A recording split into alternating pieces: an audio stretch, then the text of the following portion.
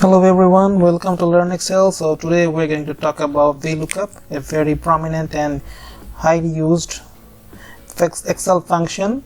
So today we have a set of data that has some names of persons, and beside their name we have their amount of sales they do in lakh value. So in the right portion we have the name of the person and the sales of the person. So what we're going to do is we're going to use the VLOOKUP function to identify the sales of the person's name that I'm going to write in here. So if I write the name Samir, the name of the amount of sales he is going to do should be popped up here. So to do that I'm going to use the VLOOKUP function. So what I'm going to do is I'm going to go here and I'm going to type VLOOKUP. Since I already have it on my PC, I'm going to double click on it. So a VLOOKUP function is made up of 4 arguments. First one is the lookup value. So lookup value is the value that you're going to be using in order to find the value from a source of data. So here the lookup value is here in the name Samir.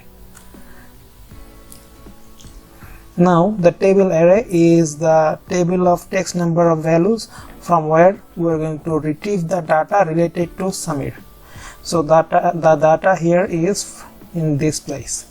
So we're going to select the entire range and we're going to press F4 to freeze them. After that I'm going to have to tell him which number of column I want him to retrieve the data against Samir. So here the data of his sales amount is according to this selection, the data is in second column. So I'm going to press 2 so that he gets the value 50. Then the range lookup.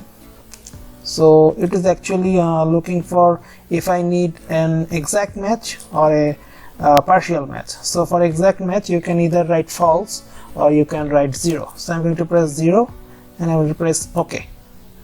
So here, as you can see, as I have said, the name Samir and the sales amount comes into 50.